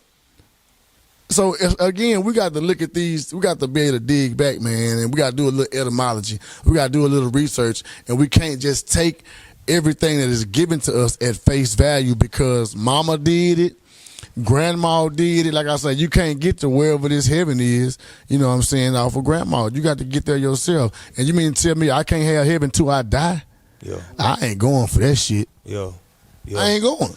I feel you on that. While everyone else gets to have their heaven. Oh, boy, they just down here right now just living it up. Yeah. And as long as they can keep us waiting to get to heaven when we die, then we'll continue to have hell on earth while they sit there and have all the heaven and enjoy all the riches. The gold road is the one we create ourselves. Show me a gold road into heaven. Matter of fact, show me heaven. Yeah. Tell me one nigga been there and came back. Right. And then they'll say, well, Lazarus died and Jesus brought him back. You know what I'm saying? You know, I like I said, I find it at one point in time extremely helpful. And then the deeper I got into it, you know what I'm saying, I find it kind of detrimental. But you have some people who don't get that deep into it. You know what I'm saying? So it really doesn't cause a problem for them. And that's okay. And you know why that's okay? Because everything ain't for everybody. You dig what I'm saying? It's people on their soul journey. You know how people say, that boy right there got an old soul. Yeah. Or that baby done been here before. It's because older people can see elements of something that they've never seen at such a young age in a baby. Mm-hmm. You know what I'm saying? Because, hey, everything is not for everybody. Right. Absolutely. Absolutely. And that's why I learned that my area of opportunity was that. You know what I'm saying? Because even with my freedom, my newfound freedom at that time, I still found myself turning right back into the patterns of behaviors that was always dividing everybody. You know what I'm saying? So I had to learn how to work with people who still subscribe to the faith, but wasn't subscribed so to the point of to where it caused division. So, for example, I remember there was a young man who he was probably a year younger than me. He was a Christian as well. We went to the same high school, graduated a year behind me. He believed in keeping the Sabbath. He was a Christian, but wasn't so much as a 7-day Adventist. While I was a Christian who did not believe in keeping the Sabbath. As a result, he told me, because I was always about getting outside of the building, right? I felt the true work was outside of the building. That's right.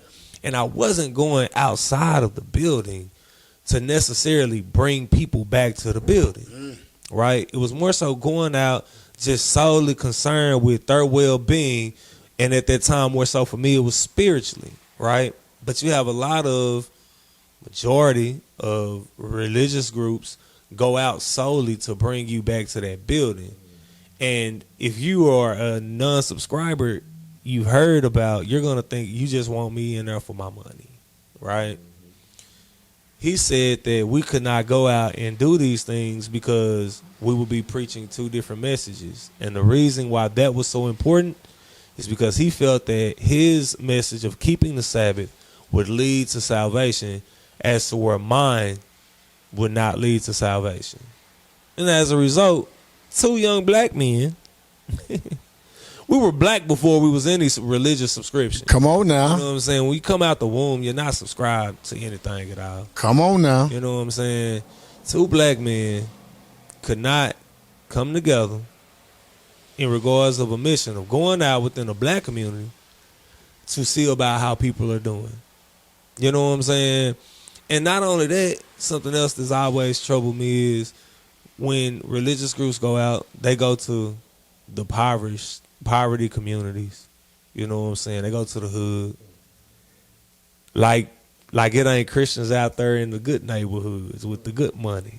You know what I'm saying? Like, you know, it's just all these things just, you know what I'm saying, it was like really just like troubled me. You know what I'm saying? Creating division. Absolutely.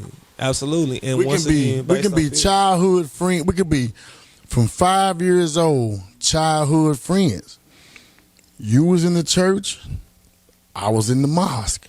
And as we grow up older, we begin to understand that, wait a minute, you believe this, I believe this. Now, we've been this way since our whole lives. But now that we get this religion coming in between a friendship or bond, because now all of a sudden we best friends, but this your God and it's my God. Now, bro, we ain't even friends no more. Because, man, what kind of shit is this, man? Right. It doesn't make sense. Yeah. I agree, bro. I'm for anything that's going to help better someone.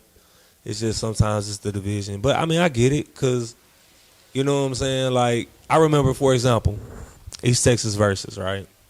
Right. When we initially started thinking about it, you know, some people said, do you think that we should call it East Texas Versus? Like, we don't need no division. And I was like, I mean, we don't say that when it comes to football. Ooh. You know what I'm saying? We don't say that when it comes to basketball. We don't say that when it comes to politics. Come on. We don't say that when it comes to vaccinated versus non-vaccinated. Ooh. You know what I'm saying? Like, but when it comes to rap, we don't want to do that. And so, the most competitive thing around here other than sports is rap. So what are we talking about? And politics, what are we talking about? Yeah, exactly. So we're not supposed to compete, you know what I'm saying? And really, and we see verses at the highest level of entertainment, but we can't do it here. That doesn't make sense. Exactly. We're just trying to bring exposure to our culture. It doesn't make sense. Right. Absolutely.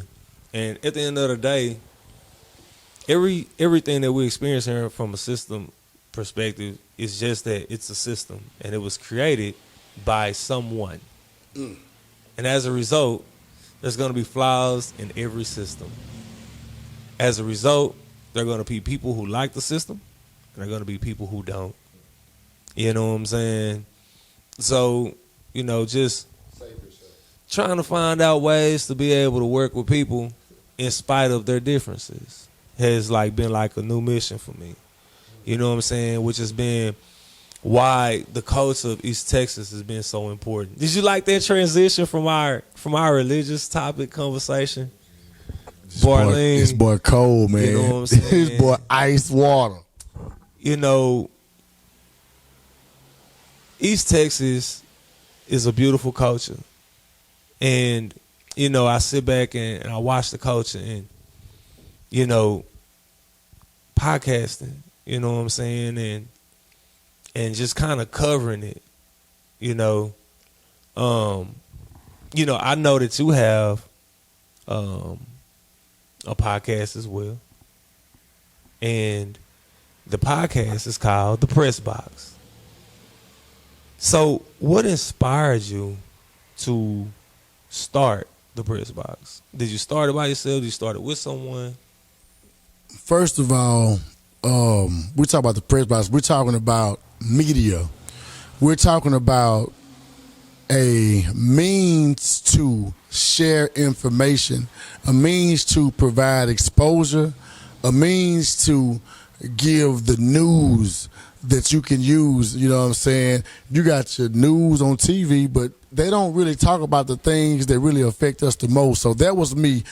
Even before it was a press box, I had something shit called Mind's Eye Media before the press box that I was pushing like that, where I said, you know what, I want to create a newsletter, a newspaper to put out some of this shit that I'm talking about. But that kind of went away. And then the press box came to me. And the whole idea, concept is, you know, you got the press box, a football game. The press box is sitting up high. Those are the people that are calling the plays. These are the people that have the best view of the field. They can see what's going on. You can't see on the sideline. You can't see what the defense doing on that side. You just don't have that visual. And you're not calling no plays, and you're not reporting to the people that are listening to you what you're seeing. So the press box concept was, we're going to be up here at this spot giving out the news, giving you the best view, you know what I'm saying, telling you what's going on, giving you the play-by-play. So that was the concept of how I got the name the press box. Yeah. And as far as moving towards media, you know, it was really built. Shout out to my partner, CA, because the whole podcast situation, that was his idea. You know what I'm saying? So that's how we end up running with that. The press box, the lemon pepper stepper, city spaghetti. You know what I'm saying? Yeah. Ric Flair. Yeah. You know what I'm saying? But this concept for me, it was more of a CBS. It was more of a ABC concept, because we're going to give you the press box, which is the news.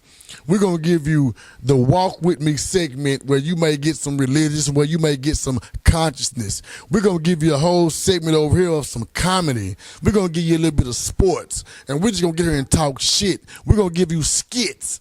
So it was really more of a BET type of situation in my head, to be able to provide a network where you can get all these avenues under one umbrella. So that's how I came up with the press box before it even was a podcast. And when did you start it? That's awesome, by the way. Man, I say that, to be honest, I had to really look on the YouTube, but the press box, man, is at least 5 years old. Okay. You know, because I was wanting to do the pod. Once my brother CA said, man, we should do some podcasts. I'm like, nigga, I ain't, okay, fuck it, whatever. So then I began to figure out who is podcasting, what does it look like, how do you set it up? And I would go on Instagram until I found a brother, man, in Houston. Shout out to my brother Q Guide, man, who owns the Media Block. Who has expanded from the south side of Houston to the north side of Houston. Now they got one over in Corsicana. So we was initially doing our podcast at his spot off of 610 in Houston. And we'll go every week. My brother said to drive down. We'll do it once a week. And one day, man, we had some shit that happened that prevented us from being able to do it. You know what I'm saying? Mm-hmm. So I said, you know what, man, we need to just have this whole setup down in East Texas. So I went to my brother Q, you know what I'm saying, Q Guide, man, and I said, bro, I really want to do this, what you doing, but I want to do it back where I'm from. And, you know, so of course I'm not stepping on your toes. And, man, that brother took me into the podcast studio and walked me through every piece of equipment and say, you need this, and this. Yeah. And I began to buy these. You know what I'm saying, buy these mic stand, buy these everything, mixers and everything, so that I could recreate this whole podcast scene down here in East Texas. And that's exactly what I did down in Henderson. Created the podcast studio where we did our shit, and also gave other podcasters an opportunity to come in and rent our space out and do their own shit. So that's how it really formed. That's awesome. That's awesome, bro. So what do you enjoy most about your podcast? What do you enjoy most about it? Well, to be honest, I like to expose other people's and their talents. I like to put a light and shining on people that got some motion. If you got shit going and you came in and saw something, a void, and you say, I'm going to do this. and people don't know about it, you need to come along and tell people so that people can hear about it. So I would probably say that what would give me the most high is highlighting other people. You know what I'm saying? I've always been the motherfucker that say, you know what, I'm cool playing the background. Yeah. I'll play the background. So even to be here and chase the bag to got me on the hot seat, you know what I'm saying? I appreciate it, you know what I'm saying? I knew one day I was going to get on the hot seat, you know what I'm saying? So I'm finally here. But that was my thing, is to give other people, you know what I'm saying, a chance to say what it is that they doing. Yeah. Do you have a favorite podcast episode by chance? The one I'm doing right now, it ain't even mine. This is my favorite one, man. Like I say, we done interviewed entertainers. We done did artists, rappers, painters, business owners, people that got their beverage. We done interviewed anybody that comes to us and say we want beauticians. Everybody, whatever you got. You know what I'm saying? We done did everything. And even like I say, me and my brother's second son, we do a segment called Walk With Me, where we actually go in and we talk this high-powered conscience. We get books that we read, and we break down these books and come back and tell what these books is all about. So you may not necessarily have to read the book and get the gist of it. So, yeah, we give you cheat codes to the knowledge. You know what I mean? Really. That's what's up, bro. Like, how do you feel, you know, considering like you have your podcast in East Texas and you're covering East Texas, and, you know, how do you feel about the current culture of East Texas currently? Man, I feel that East Texas is getting out of that little brother mode that the surrounding cities have us in. We've been fans of the big time artists, the city artists, of everybody else for so long that, and I think it's because of just time. Like something you would ask me earlier about, what's the difference between now and then? Yeah, we was little niggas, you know what I'm saying, 20 years ago, just trying to find our way rapping and shit. But we have grown and matured now to realize that now, the same sauce that y'all got, we've had this whole time. Y'all just had the exposure, may have a little bit more bread, you know what I'm saying, or somebody that had already done it before. But down here, nobody's done some of the shit that we doing. Ain't nobody really doing a lot of the chase the bag shit that's being consistent. It is people that are doing it, but like I say, we are the new wave, and that separates us from being fans to being the ones that are actually producing the works now. So that's what I would say. Absolutely. I feel you on that. I definitely feel you on that. Like, how do you feel about, you know, the importance, because I hear a lot of times, you know, I hear the young say these old niggas. And then I hear old niggas say, man, these young niggas, man. You know what I'm saying? I remember, you know, recently I was with a group of guys, and we were sitting down having a conversation, and we was discussing the culture, you know. And, you know, I recall someone saying, ah, man, you know what I'm saying? You know, that we let y'all young niggas do that. You know what I'm saying? And, you know, he would be, you know, he would consider himself to be the older guy. You know what I'm saying? And, you know, when I heard that, because I'm big on unity. You know what I'm saying? Like, unity for me is the key. You know what I'm saying? And I was like, nah, that's the mindset that we can't have. Like, that's right. Like, the old need the young need the old gets motivated and inspired by the young. How else we gonna stay hip? You feel me? While the young needs that wisdom. Come on. You know what I'm saying? They need that wisdom and that guidance. You know what I'm saying? And then there has to be a balance between the two. You know what I'm saying? Where you give them some wiggle room, and you know what I'm saying? If I, you know, it has to be a balance. So, you know what I'm saying? Like, how do you feel about the unity between the older generation within the rap and entertainment industry of East Texas and the young? Like, what's the importance of that? Like, should there be a unified situation? Should it be some support? Should it just let them do that thing? Like, what do you feel? What are your thoughts?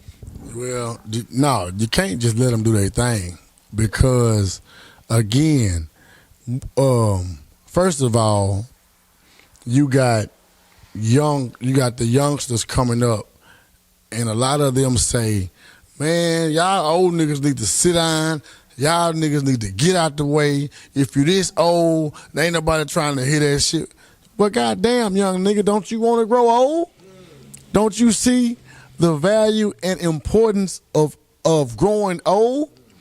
And I think the issue with that is because it's a lack, again, of reverence for the black man, for the elder. A lot of these children, man, wasn't raised by their fathers. A lot of them was raised by their mothers, their grandmothers. And so there's a lack of reverence for the black man.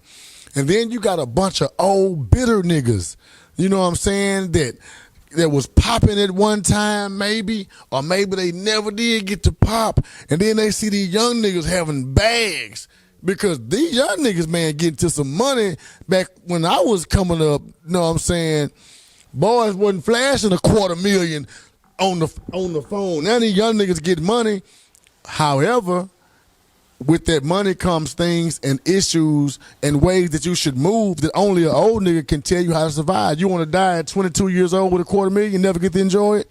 So we need each other. So that's the balance right there, is not no old niggas telling the young niggas what to do.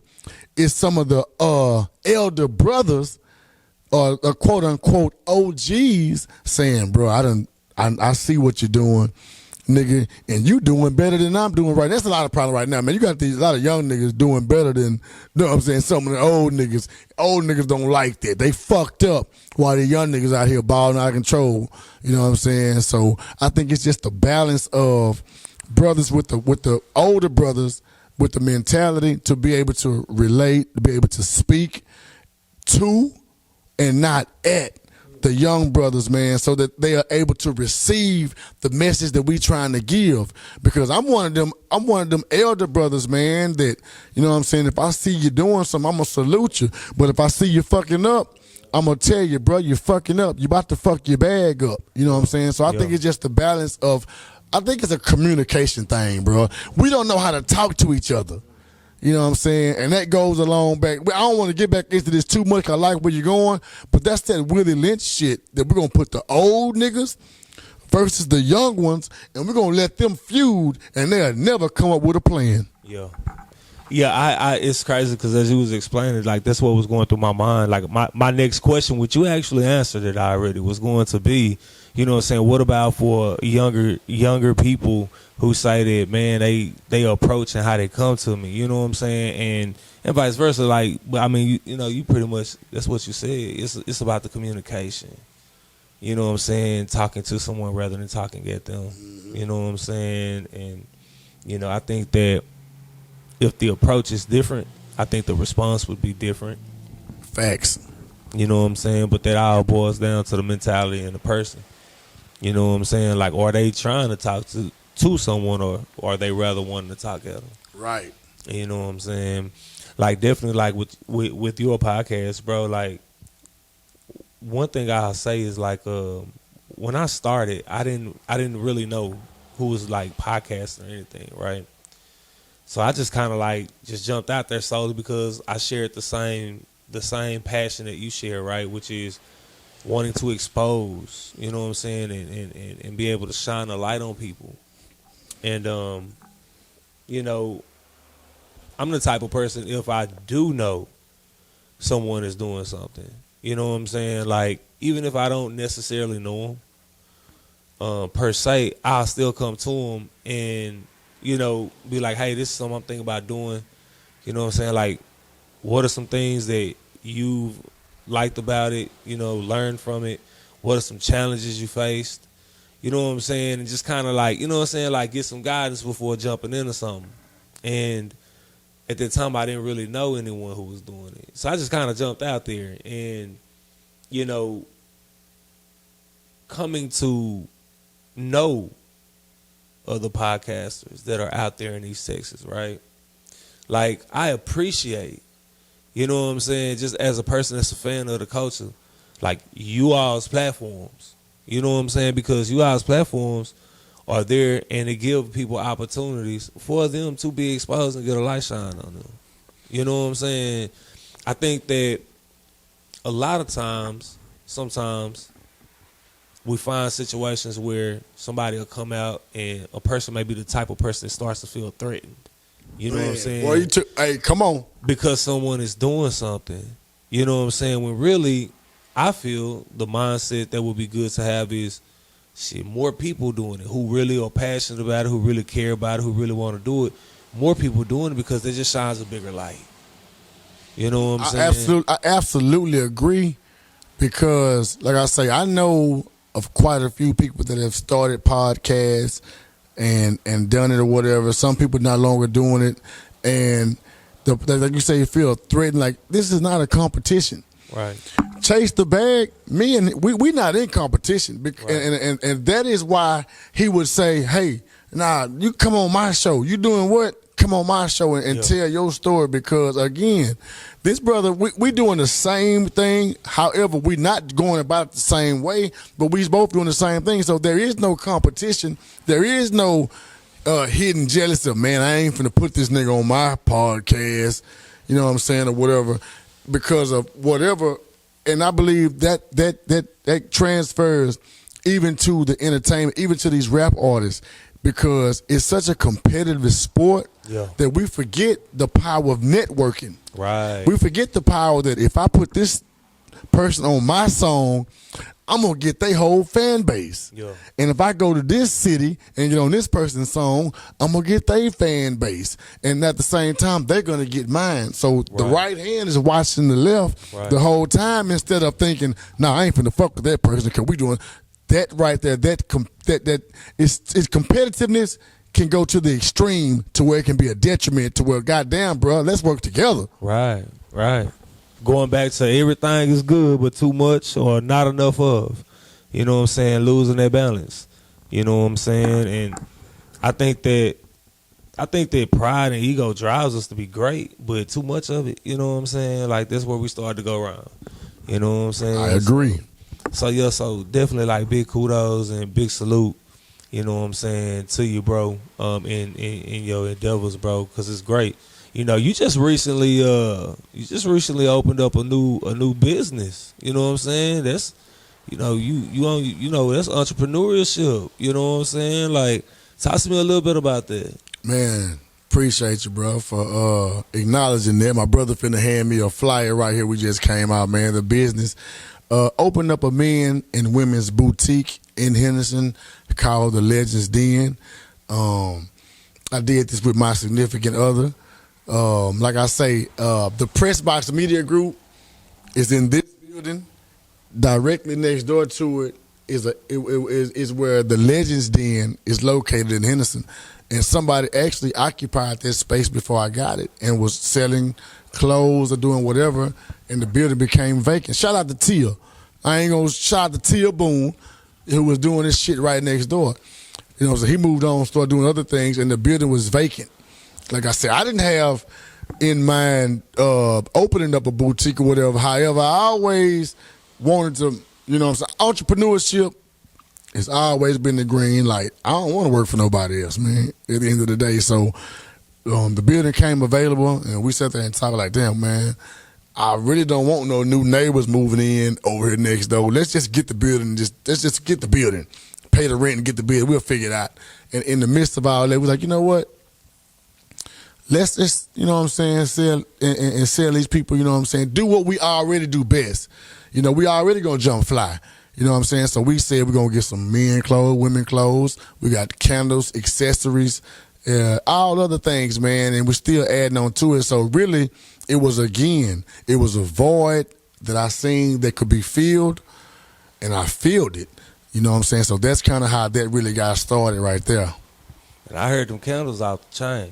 Matter of fact, I think Trill Talk said that they better than Bath and Body Hey, Works. man, shout out Scents from the South. Shameless plug. ScentsFromTheSouth.com. You can go and get some of these candles, man. Handmade specifically, you know what I'm saying, by my baby. Yeah, we're going to put that on record. Yeah. And what was this site again? ScentsFromTheSouth.com. Okay. And all these candles, man, are Southern themed. You know what I'm saying? Like, you got names like Coming Down, you know what I'm saying, Gripping the Grain. These are some of the names of the candles, man, just to continue to push this down south theme and culture that we come from. So what's your favorite scent? Man, I got my own personalized scent that's finna drop. They ain't dropped yet. You acting like Soulja Boy now. I'm the first nigga with his own candle. Yeah, I'm the first nigga with his own candle, you know what I'm saying? But yeah, man, they like that low key. I ain't gonna tell you my favorite because all of them, it just depends on what kind of mood you in. You know what I'm saying? They all got different smells or aromas, you know what I'm saying, that cater to different kind of moods you like to be in. So yeah, man, all of them fire. Already. Do you smoke by chance? Next question. Yeah, man, we're going to talk about that, man. Once some paperwork gets signed and released, we'll go into that right there. Already. Well, yeah, you know, I think, well, before I give you my takeaway, let me ask you this question. Like, do you have any special shout-outs that you want to make? I do. Just on the press box business, man, like, I'm on this couch right now by myself, but I am definitely not the press box because it kind of like the screwed up clique. Like, everybody ain't gonna be rappers, you know what I'm saying? We got folks behind the scene, we got folks that podcast. My brother CA, you know what I'm saying, Ric Flair, City Spaghetti, you know what I'm saying? We came off into this thing, you know what I'm saying, doing the press box podcast thing together. You know what I'm saying? My brother's second son, that's second with a K. You know what I'm saying? He over there on the cut. You know what I'm saying? Bro, come in for a minute. Let these folks see your face, man. You got to show your face, man. So, me and this brother made a connection just strictly off of the Press Box Media Group podcast on YouTube. He started watching the videos and resonated with some of the shit that was going on, and we linked up, and we ain't looked back ever since. You know what I'm saying? I got my cousin Tay, you know what I'm saying? He not from here. He comes down, and he comes in and find a void and fill it. You dig what I'm saying? You got people like my nigga JB. Giz, you know what I'm saying? You may see him on the camera, you may not, but he plays an intricate role. You know what I'm saying? You got my nigga Impulse Entertainment. These are people that come in. Shoes McGee, which is a artist from my town. You know what I'm saying? He a press box nigga. You dig what I'm saying? Everybody don't do the same thing. So, you know, these are some of the shout outs, man, just directly related to the shit I'm talking about right now, man, that play a role in the day-to-day shit. Trill Talk, you know what I'm saying? I'm Trill Talk, just like he press box. You know what I'm saying? Like right now, Chase the Bag, this nigga's part of the press box if you don't know it not. You know what I'm saying? I'm pretty sure, you know what I'm saying, there's some people, man, that really fuck with me that just in the spur of the moment, I can't think right now, man. But it's more than just me that do this, what I'm doing right now, or that adds on and contributes to the success and the forward movement of the press box. Yeah, I already definitely always a team effort. For sure. So yeah, so I know that you're connected to the artists. You know what I'm saying? You've interviewed artists on your podcast. You know, give me your current top 5 East Texas artists. Damn, that boy done put me on the hot seat. I'm gonna say this right here, man. I like what I like, and I don't give a damn who don't. You know what I'm saying? But I've pretty much been saying the same thing the whole time, man. Like, as far as right now, currently, I've been saying this since day one because I know from 10 years ago, you know what I'm saying, I knew about LD. Yeah. You dig what I'm saying? Yeah. And I've been saying ain't nobody outworking him, but also there's somebody I'm going to have in my dick listening to that I can relate to. You dig what I'm saying? Yeah. You know what I'm saying? I'm going to come around. I'm going to fuck with Shoes McGee. Yo. You dig what I'm saying? That's my hometown cat. You know what I'm saying? Actually, was the first artist that I say, man, let me try to manage and see if I can use some of the games that I done picked up through my shit and see how it works. So Shoes, you know what I'm saying? Right now, you got to say Smitty Hawkins. Yeah. If you are hip, you dig what I'm saying? Yeah. I listen to her shit. You know what I'm saying? Even T. Jones, you know what I'm saying, who just came home from doing a Fed bid, That's my brother, you know what I'm saying? So I'm waiting on him. I'm jamming his old shit. Yeah. I'm waiting on him right now to get back off in the lab once all that shit break through. It's coming soon, so that's 1, 2. That's like 4. Yeah. And then I got one more left. One more left. Damn, boy, that's Who gonna slide up into that? LOE Turtle. I fuck with LOE Turtle. Hold on, let me see. Who else? Biz Laden. I'm gonna fuck with some Biz Laden. Yeah. Man, that last one though, man. Shit. I don't know, man. I mean, you just gave me a couple more, so that's cool. You know what I'm saying? Yeah, I can't. If I think of another one in a minute, I'll say it. But that's where I'm at with it right now, man. I'm fucking with them. Like I would tell people, as it relates to East Texas, to fuck with them. And it's some people who I don't even know shit about their music that's buzzing out there too. You dig what I'm saying? So yeah, it's people out there I didn't name that's doing your shit. So if you mad I ain't say your name, I don't give a fuck. I don't. Already. I got one more question I do want to ask you. You know, with the East Texas Versus, a platform contest, giving East Texas artists an opportunity to be able to expose their music, introduce songs that may be singles or not. Maybe they're trying to find out, you know, how people feel about a particular song. A platform that allows them the opportunity to practice and get familiar with performing. A platform that has judges, you know what I'm saying, really giving them feedback, you know, on their performances based on, like, you know, a couple different categories. Just helping them be able to kind of market and promote, not just them be by themselves in the fight. You know what I'm saying? Like, what do you think Barrlean would kind of help get people from other areas in East Texas? Because it is East Texas Versus, right? But just be able to kind of like get even more artists in from other different areas and locations. Because I'm going to tell you, like, you know, first of all, the young lady who won was Delisha J. Didn't know her.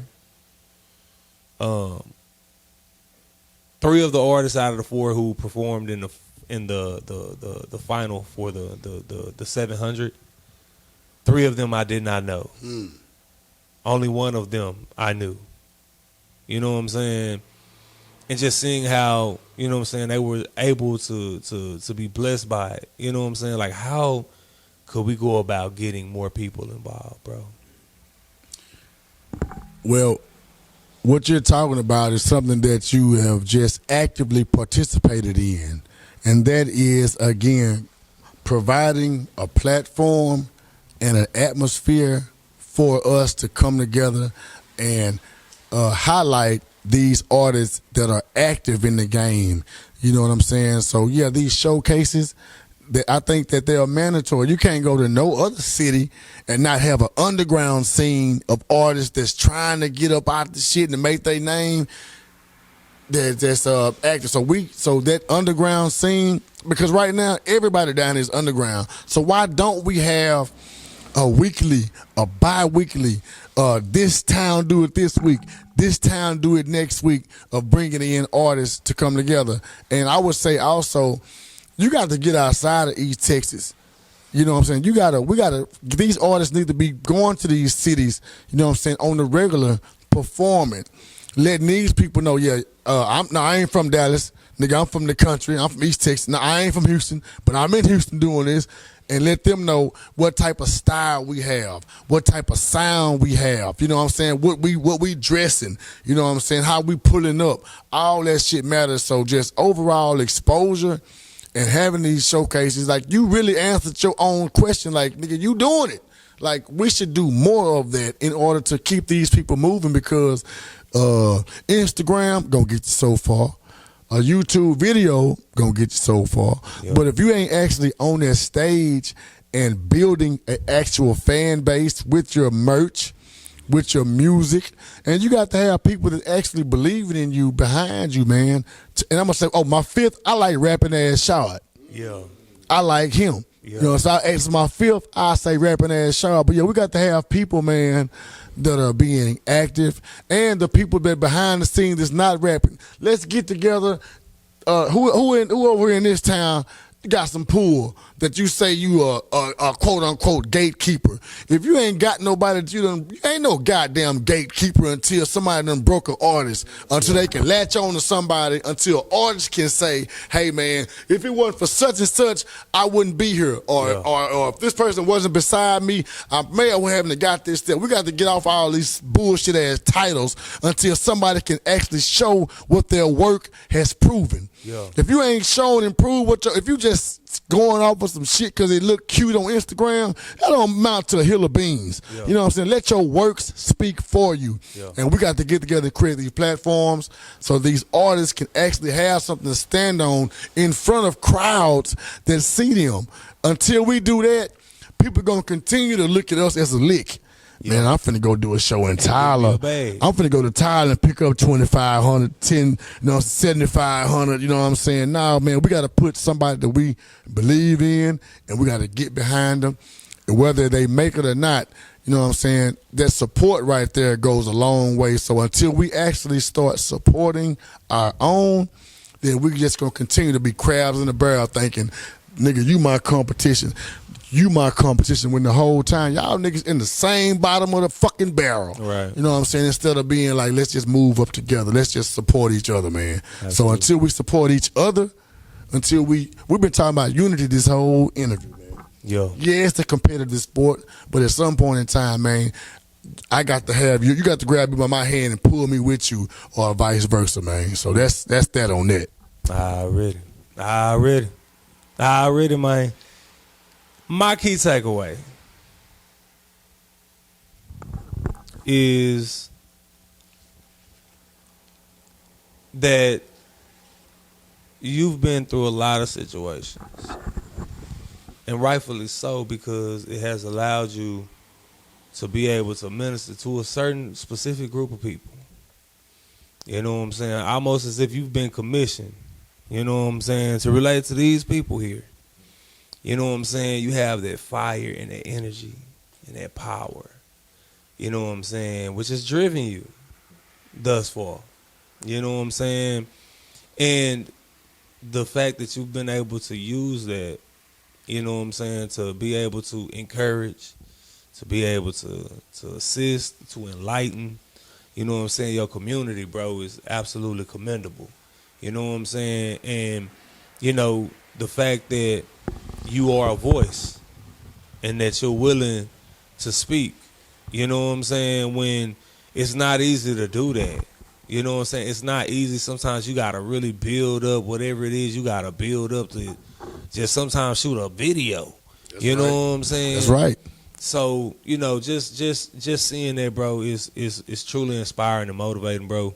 You know what I'm saying? Because you just never know. You know, you just never know. You know what I'm saying? You might come across somebody who's just ready to give up on something. You know what I'm saying? Right. And your energy, which is never lost, is only transferred. You know what I'm saying? Can then turn around and help somebody else. So come on. You know what I'm saying? Like, I truly appreciate you, bro. Like, for real, it's been an absolute privilege, a pleasure, and an honor. Man, ditto. You know what I'm saying? To sit here and chop it up with you, bro. Like, for real. So I appreciate you. I appreciate you for having me, brother. Most definitely. Anytime you call for anything, I'm coming. Already. For sure, bro. Shit, and likewise, bro. And that's what I like is the practicing of reciprocity. You know, you actually touched on that. You know what I'm saying? And it's about us being able to help each other. You know what I'm saying? Whether you help me water my garden, I help you water your garden.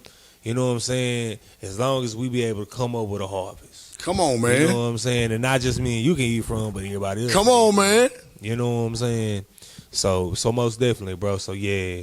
Where can everybody find you at, Barrlean? Because I know they're going to want them candles, man. I know you said the website. What if they on social media? Social media site for the store is legendsdntexas.com, where you can find all the merch on there. You can follow please subscribe to the YouTube channel, The Press Box. And if you're interested in some of my personal life, I'm on Instagram at Barrlean. I also got another page, the Press Box Media Group. And I just made a new page because Barrlean and Jason Edward Bar is not the same. So I got a new page, Jason.e.bar. You know what I'm saying? Because people always want to talk shit about my Barrlean page because I don't follow nobody. You dig what I'm saying? Yeah. But you got to realize everybody want to be a leader or whatnot. But you're not a leader if ain't nobody following you. You just taking a motherfucking walk. Yeah. So you know what I'm saying? I don't follow too much or nothing, man. I go by my own way. You know what I'm saying? But yeah, that's how you can find me. I ain't on Facebook. I'm on Twitter. I'm Barrlean on Twitter talking a whole lot of shit. Yeah. So you know what I'm saying? Fuck with me on these social platforms, man. That's it. Already. And the legends.den.texas is Instagram for the story as well, man. Already. Can't miss them. He everywhere. You know what I'm saying? Well, that's a bet, bro. You know, I only got one more question to ask you. Yes, sir. It's the quickest one I'm going to ask. I know I ask a ton of questions. But here we go. You ready? I'm ready, man. All right, here we go. Barrlean, do you know what we do on this podcast? Man, I thought I did. But as I'm sitting here, boy, I didn't know nothing. So I'm gonna have to be honest now, bro. You do a lot of shit, so you're gonna have to lace me up. I know you do one thing for shit show that we got in common. We chase that bag. And we chase that bag, baby. You did. Bow. First thing that's on my mind. Chase that bag today. Chase that bag today. Chase that bag. I can't waste none of my